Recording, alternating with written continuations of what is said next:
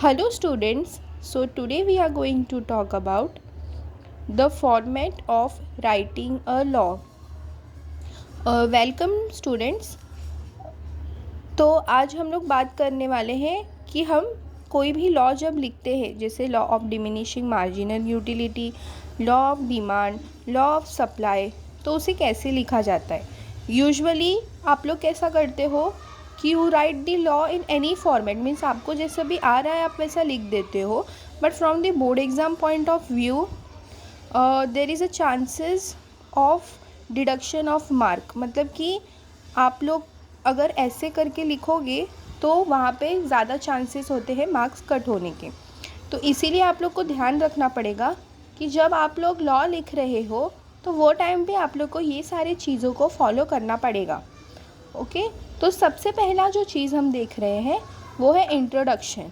जब आप text book भी ओपन करोगे तो टेक्स्ट बुक ओपन करने के बाद आप लोग जब देखोगे लॉ, चाहे वो law of diminishing marginal utility हो, लॉ ऑफ डिमांड हो या लॉ ऑफ सप्लाई हो, तो वो सारे लॉ में आप लोग देखोगे कि पहला जो रहता है वो रहता है इंट्रोडक्शन।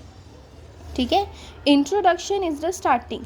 तो जब आप अपने आंसर शीट में अपने एग्ज़ाम में सपोज़ आपका क्वेश्चन आया है कि write the law of demand, तो आप लोग को सबसे पहला स्टार्ट किससे करना है, इंट्रोडक्शन से ही स्टार्ट करना होता है। फिर इंट्रोडक्शन लिखने के बाद स्टेटमेंट ऑफ द लॉ लिखना पड़ता है।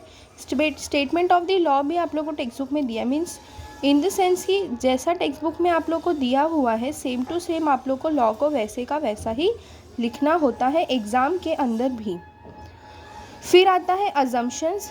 अजम्पशंस में ज़्यादा पॉइंट होते हैं, but write to write 5 points. Okay, 5 to 6, if 6 you know then it is well and good, but 5 points तो आपको लिखना ही लिखना है so that you can score a good marks. After that you have to draw the schedule, मतलब जो table रहते हैं वो आपको ड्रॉ करना पड़ेगा।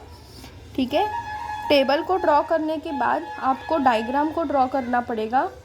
डायग्राम आप ड्रॉ करोगे, ये सारी चीज़ों को इफ़ अगर आपने एक लॉ में मेंशन किया है और जब आप लोग डायग्राम बनाओगे तो उस डायग्राम को in 5 to 6 sentences you have to explain.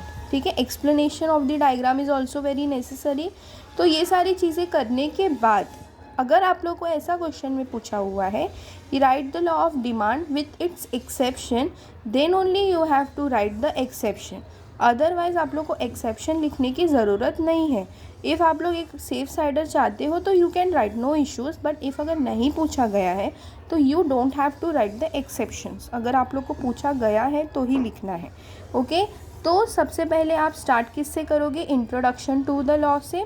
Introduction सबसे पहले लिखोगे लॉ लिखने के टाइम पे, देन आप लोग लिखोगे statement of the law, then assumptions to the law. वो भी कितने पॉइंट के होने चाहिए, 5 पॉइंट के तो होने ही चाहिए। Then you have to write the schedule, okay, table जो रहता है वो। Then you have to write the diagram. Diagram के एक्सप्लेनेशन भी बहुत ज़्यादा नेसेसरी होता है। और उसके बाद लिखना है एक्सेप्शंस। उसके बाद रहता है exceptions only you have to write if it is asked.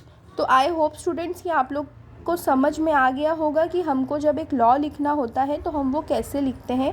It is very much important. जैसे कि आप लोग को मैंने पहले भी इम्पॉर्टेंट क्वेश्चंस दिए हुए हैं, उसमें भी था कि law of demand, law of DMU ये आने के बहुत ज़्यादा चांसेस होते हैं।